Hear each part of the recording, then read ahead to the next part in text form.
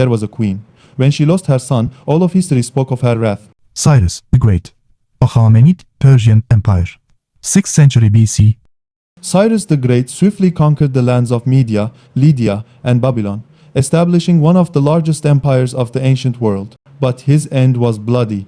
When Cyrus the Great carried his campaigns into the Central Asian steppes, he encountered the nomadic Masagetai tribes. According to ancient sources, Cyrus first attempted to establish a political alliance by proposing marriage to Tomyris. Yet, the defiant queen of the steppe turned down his offer. Infuriated, Cyrus the Great set his army in motion and began the conquest.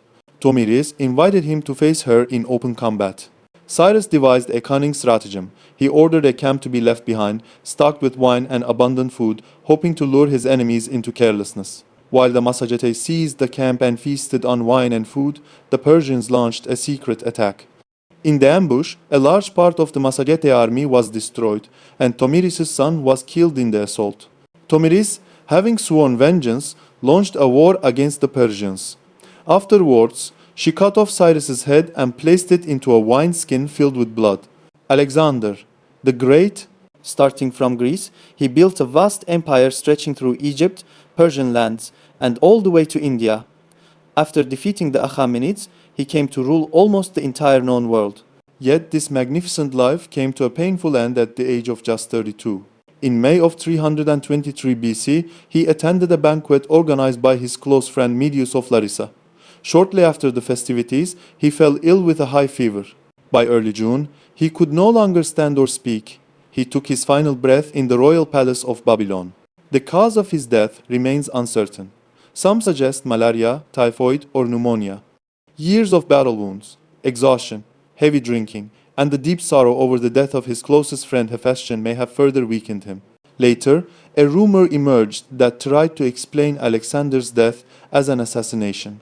Chandragupta Maurya cerca 340 Janka 297 BC.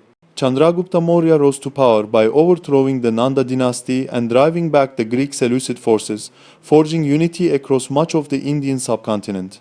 Following Alexander's death, the Maurya Empire emerged, spanning over 5 million square kilometers and encompassing much of modern India, Pakistan, and parts of Afghanistan. Around 297 BC, Chandragupta Maurya abdicated the throne. He became a Jain monk and died of voluntary starvation in a cave in present-day Karnataka, India.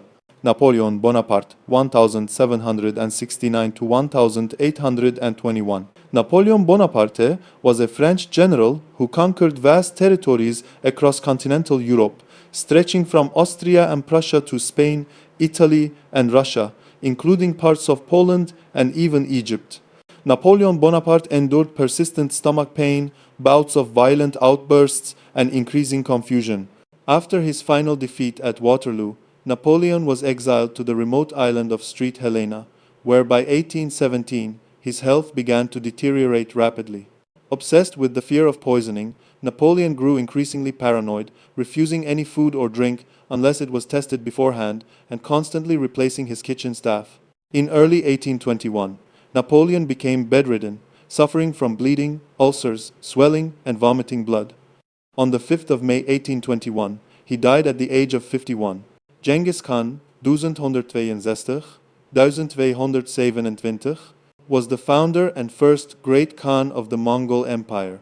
The Khan of Khans left no empire unconquered and no land untraveled. But even Genghis Khan was not spared by death. He set out on a campaign against the Tangut Empire. During the campaign, he fell from his horse and suffered a severe injury to his leg. This wound left his body vulnerable, and he grew weaker day by day until he died in August 1227.